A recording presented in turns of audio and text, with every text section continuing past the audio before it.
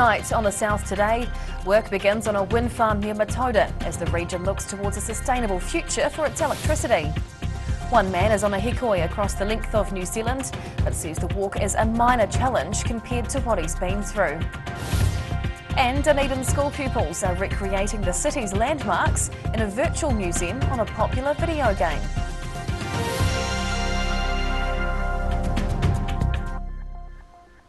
Kia ora, good evening, I'm Hannah Wilkins. Construction is officially underway on Mercury Energy's new wind farm near Matoda.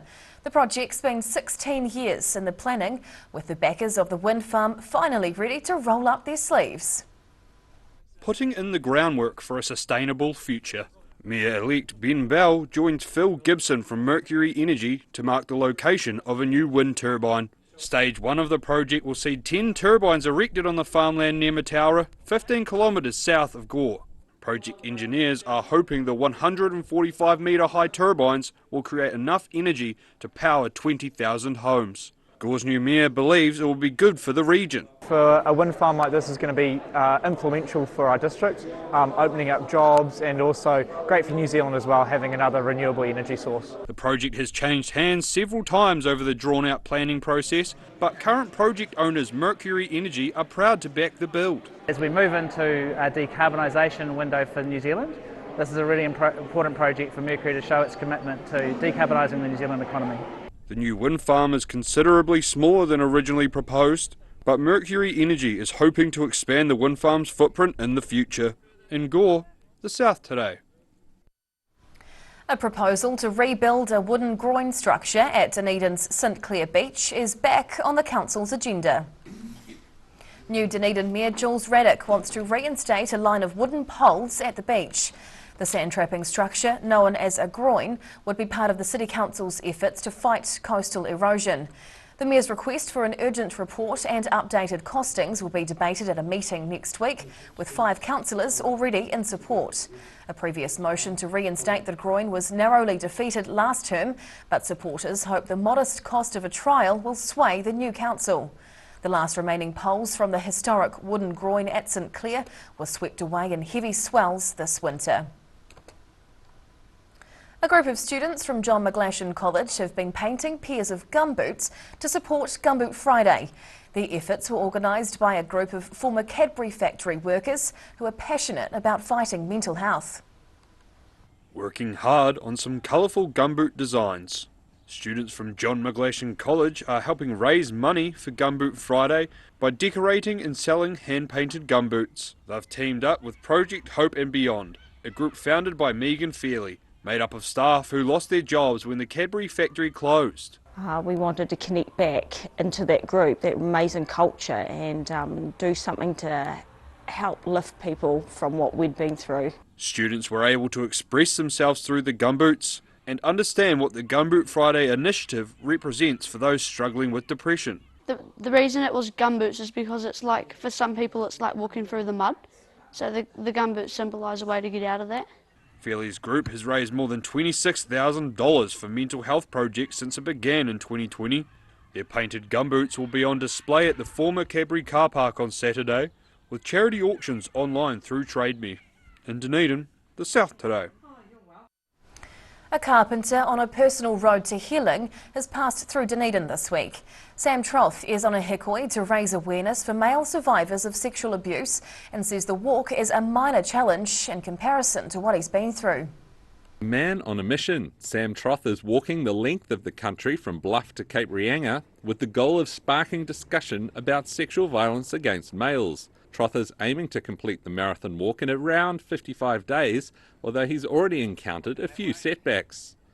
Mentally it's great, I'm really enjoying it. Physically it's a little bit hard work. I have copped an injury in the last couple of days which has put me up for rest for the last 2 days, but other than that, yeah, it's doable compared to surviving what I have. This walk's nothing. So. His road to recovery started after he decided to finally speak up about the sexual abuse he suffered as a youth 25 years ago. Troth believes the support he received from a local male survivors association was crucial to his recovery and is making the walk to encourage others. If anyone in the Otago region would need support or want support, get hold of myself or Michael Chamberlain at Male Survivors Otago. He's also hoping to share his message with members of Parliament when he reaches Wellington. Across the South Today. And you can keep an eye on Sam's journey by following Road to Healing Aotearoa on social media.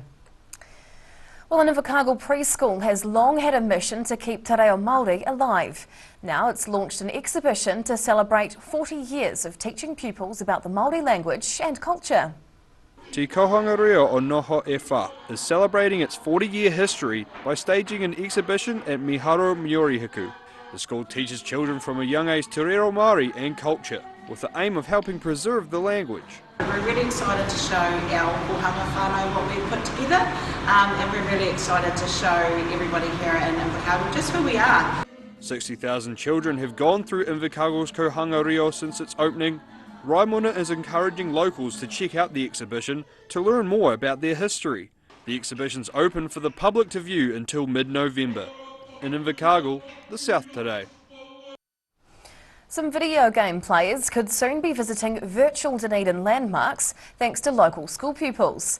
The Minecrafting Dunedin Challenge encourages students to build a digital museum of the city's architecture block by block. It's a video game many of these Musselburgh school pupils are very familiar with. In Minecraft, players explore a blocky, 3D generated world, discovering items and building new structures and machines. Now it's getting a local makeover. These school children are being challenged with creating a virtual museum of Otipoti Dunedin City, past and present. And what the kids have to do is they've got to research up on those buildings and then go into a Minecraft world that we have built using the topography of Dunedin. The team behind Minecrafting Dunedin Challenge have put together a website including research from Heritage New Zealand about the city's buildings and history. The pupils are tasked with recreating local landmarks like Dunedin Prison, the Town Hall and the railway station. They'll build the structures in this video gaming world using problem solving and math skills. For every metre there are 2 blocks. So they've got to work out how many blocks it's going to take to build that one side of the building. They have to look at the intricate features of each building as well. And there's some quite interesting Gothic buildings that we have in Dunedin. Pupils like Ivy Young never thought they'd be playing Minecraft as part of their school lessons and say it's a great project. Because it's fun and creative and it's like building in real life. 4 Dunedin schools have signed up so far, and it's possible Minecraft versions of Oamaru and Invercargill could also be added. The whole process could take a year, with the final virtual museum of Dunedin to be shared online with schools from around the world. In Dunedin, the South Today. Whai Akane, still to come on the South Today. After almost 2 decades, a long-serving Harbourside school principal is farewelled, and 25 years later, an electronic music duo prepare to reunite and wow Dunedin crowds.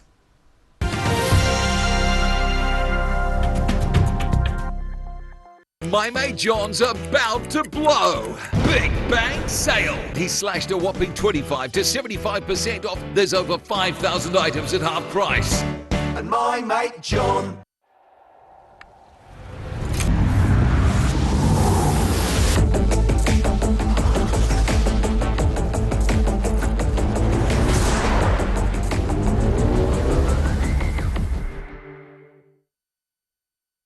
Hi, we're Age Concern Otago. Age Concern Otago hosts a multitude of social activities, including little walks.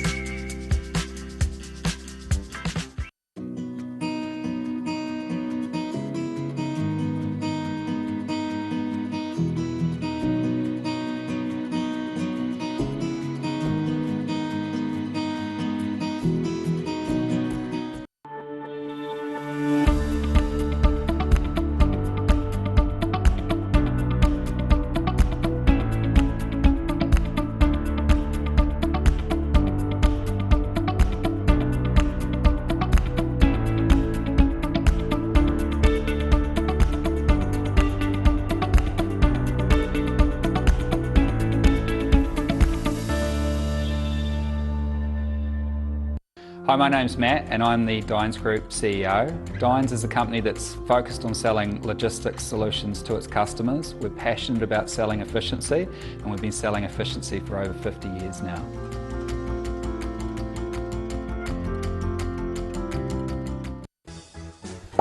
Hi, Lindsay here from Alex Campbell Menswear.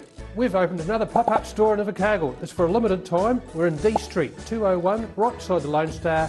Come and check us out. We've got some fantastic deals for you. We've got moleskins, we've got every sort of shirt, worn ones, work ones, business, merino knitwear, jeans, trousers, you name it, the list goes on. It's such a big deal. Come and see us. Alex Campbell Menswear, it fits. Alex Campbell Menswear, pop-up store, D Street, Invercargill.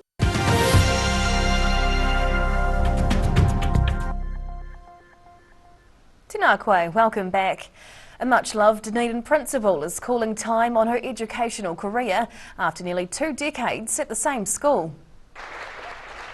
A farewell round of applause for retiring McAndrew Bay School Principal Bernadette Newlands. She's been in charge in the harbourside suburb of Dunedin for the last 18 years. Pupils and colleagues sending her off in style with singing, dancing and speeches. The outgoing principal was given some gifts to recognise her dedication to the primary school, including an artwork of McAndrew Bay painted by every pupil. Newlands started her teaching career in the 90s and is now looking to travel overseas, as well as having more time for gardening. This weekend's Waitati Music Festival has scored a coup, with electronica duo Pitch Black headlining the event on Saturday night. The dance music duo first got together in Christchurch 25 years ago, where they returned this week to play a warm-up show. Electronic music duo Pitch Black returning to where it all began, in Christchurch, and they're on a mini tour around the country. They've played in front of massive crowds in Europe, but tomorrow's gig at Bland Park, headlining the Waitati Music Festival, will be limited to 1,000 people. Probably the biggest gig we've played is maybe 10,000 people at Big Day Out.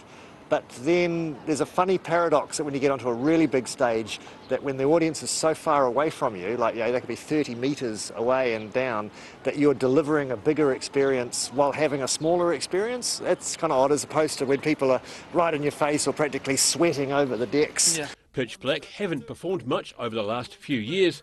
Hodgson got stuck in London in 2020 after COVID-19 closed the borders. The pair are now based in Auckland and planning to record new music, having just reworked a classic Bob Marley tune. They are looking forward to playing at the Waitati Festival after an invite from organiser Katie Peppercorn. I was born there, but I don't think I've ever really been there, or I don't even know where it is. The festival invitation prompted the duo to schedule a New Zealand tour, which starts on Friday night at Christchurch's Hyde Club. In Christchurch, the South Today. And now recapping tonight's top stories on the South Today. Gore's new mayor Ben Bell helped mark the start of construction on Mercury Energy's wind farm near Matoda. Sam Troth has visited Dunedin in a walk across the country, raising awareness for male sexual abuse survivors. And Dunedin school pupils are recreating local landmarks as a virtual museum through popular video game Minecraft. And now we'll look at what's happening in tomorrow's ODT, and we welcome the Associate Editor, Jo Simpson. Hello, Jo. Hi. What can we expect in the weekend paper? Lingering fears from the Christchurch mosque attack 3 years ago has caused a Dunedin Muslim early childcare centre to close. Okay. A proposal to reinstate a line of poles at Dunedin St Clair Beach is set to continue to make waves, and all Dunedin schools could have speed limits around them to reduce to 30 kilometres per hour. Oh, interesting. All right. We look forward to reading more in your weekend paper. Thank you, Jo. Thank you. And time now for a look at the weather. The South Today weather, proudly brought to you by MoleMap, the skin cancer detection specialists. Looking at the situation, cool southwesterly airflow eases tomorrow, dying out on Sunday as a large high-pressure system moves across the Tasman Sea and onto the South Island. Heading to the top of the South Island, fine with light winds tomorrow. Nelson's heading for 19 degrees, 16 for Greymouth and Christchurch, cloud over on the west coast but clear on the east. Travelling to South Canterbury and North Otago now. Fine with light winds to kickstart the weekend through here. 16 on the way for Ashburton. Warmer in Timaru with 17 and cloud about with 15 in Oamaru. Westwards now to the Central Lakes. Well, light southwesterly winds and clear skies with lovely temperatures through here tomorrow. Wanaka and Queenstown can both expect 18 as the high with 17 down in Alex.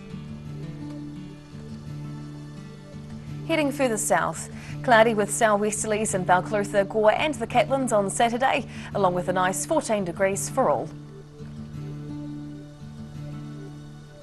Now down to the deep south, cloudy tonight with a few showers as it drops to 6 in Invercargill overnight. Showers clear tomorrow with the winds dropping back as the day goes on ahead of a sunny afternoon up to 13. And Sunday's looking fine and sunny with a high of 15 degrees. And lastly, heading to Dunedin. Breezy tonight, dropping to 7 degrees. And then it's mostly fine for a few days with sunny periods, cloud at times and changing winds. Up to 14 tomorrow and 15 degrees on Sunday.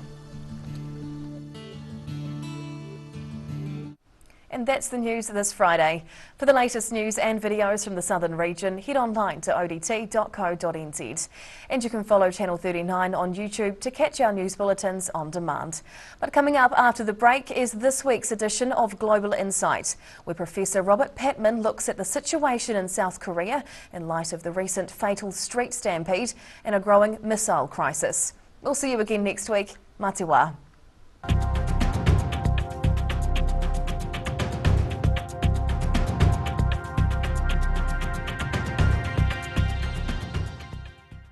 Public interest journalism funded through New Zealand On Air.